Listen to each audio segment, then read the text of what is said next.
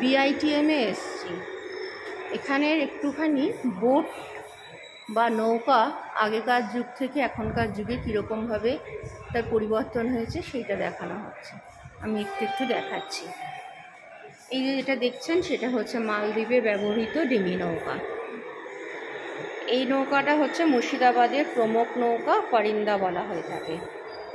এটাকে সারেঙ্গা বলা হয়ে থাকে, চট্টগ্রামের যাত্রী ও মালবাহী নৌকা। এই যে বড় নৌকাটা আবার দেখতে পাচ্ছেন সেটা হচ্ছে সিন্ধু অববাহিকার একরকম নৌকা, যাকে ডুঙ্গা বলা হয়ে থাকত। এটা ক্যাটামেরান ভেলা তামিলনাড়ুর করমণ্ডল উপকূলে ব্যবহৃত হতো। খুবই অসাধারণ আর অনন্য।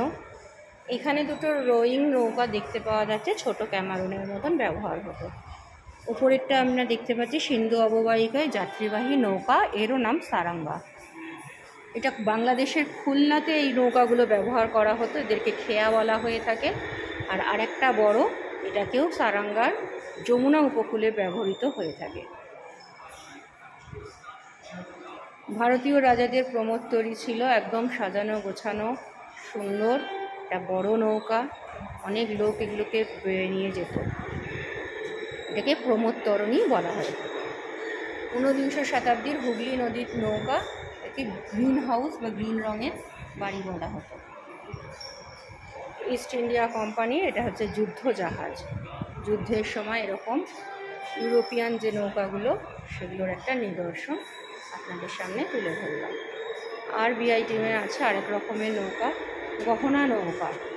কি সুন্দর ওপরে চাটাই দিয়ে সাজ করা। ঊনবিংশ শতাব্দীর গাঙ্গীয় অববাহিকায় এই নৌকা দেখতে পাওয়া যায়, সাজানো বলিকে নাম হয়েছে গহনা নৌকা। ওপরেরটা আসছে সেটা হচ্ছে ভারতীয় রাজাদের প্রমোত্তরণী ময়ূরপঙ্খী। দেখুন সামনেটা ময়ূরের মতন, আর ভেতরে বসার জায়গা। সেটা বিকেলবেলায় তারা ঘুরতে বেরোতো, বলা হতো প্রমোত্তরণী। রোমান ভেসেলের ছবি আপনাদের সাথে দেখাচ্ছে। আগেকার দিনের রোমান ভেসেলগুলো এগুলো এরকম ছিল। আমরা ইতিহাসের বইয়ে এগুলো পড়ে ছবিগুলো দেখেছি।